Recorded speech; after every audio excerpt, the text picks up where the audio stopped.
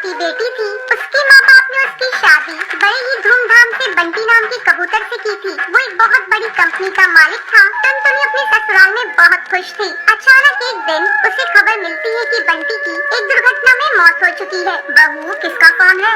अरे कुछ तो बोल बहू।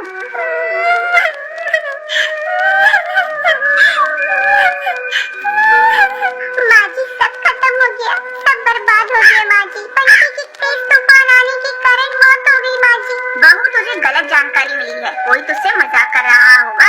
ला दे फोन, मैं बात करती हूँ। बबली अपनी बहू टुनटुनी के हाथ से फोन ले लेती है। क्या बात है कालू, तूने बहू से क्या बोला है? आंटी जी, ये बात सच है, बंटी की मौत हो चुकी है। ये सुनकर बबली रोने लगती है।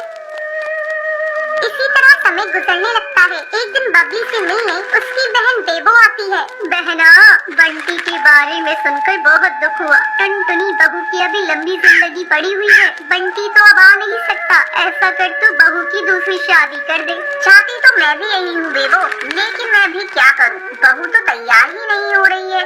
जब जब मैं उससे दूसरी शादी की बात करती हूँ रोने लगती है। मैं क्या करूँ? मेरी समझ में कुछ भी नहीं आ रहा है। तू ही बहू को समझा। बेबो टुनटुनी की कमरे में जाती है। टुनटुनी, कैसी है बेटा?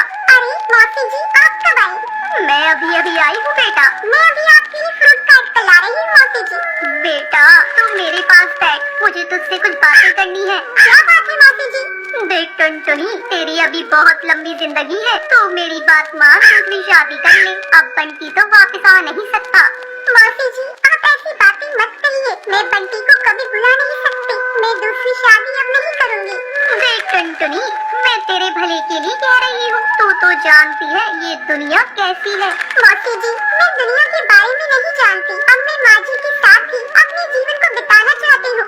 बंटी ही उनका एकमात्र सहारा था, वो तो चला गया। अब मैं माँ जी का सहारा बनूंगी। अगर आप लोग चाहती है कि मैं खुश रहूँ, तो आप लोग मेरा एडमिशन किसी कॉलेज में करा दीजिए। मैं आगे पढ़ना चाहती हूँ। ठीक है बहू, तू जैसा ठीक समझे। मैं तो तेरे भले के लिए कह रही थी। मैं अभी बबली से कह देती हूँ, वो तेरा एडमिशन कल ही किसी कॉलेज में करा देगी। अब टुनटुनी कॉलेज जाने लगती है। एक दिन वो नोट्स लेने के लिए अपनी सहेली के घर जाती है। वहाँ उसकी मुलाकात उसकी सहेली के भाई से होती है। आप कौन है? आपको किससे काम है?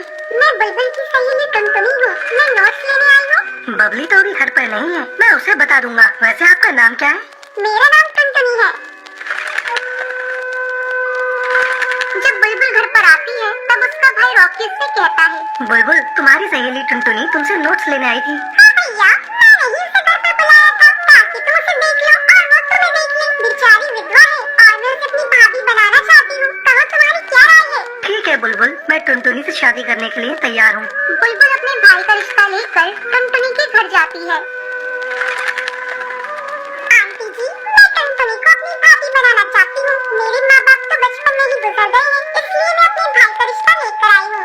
बेटा, मैं भी यही चाहती हूँ, लेकिन टुनटुनी तो शादी के लिए तैयार ही नहीं है। बस आंटी जी, आप हाँ कह दीजिए, मैं टुनटुनी को मना लूंगी। बुलबुल टुनटुनी को शादी करने के लिए बहुत मनाती है। आखिरकार टुनटुनी शादी करने के लिए मान जाती है।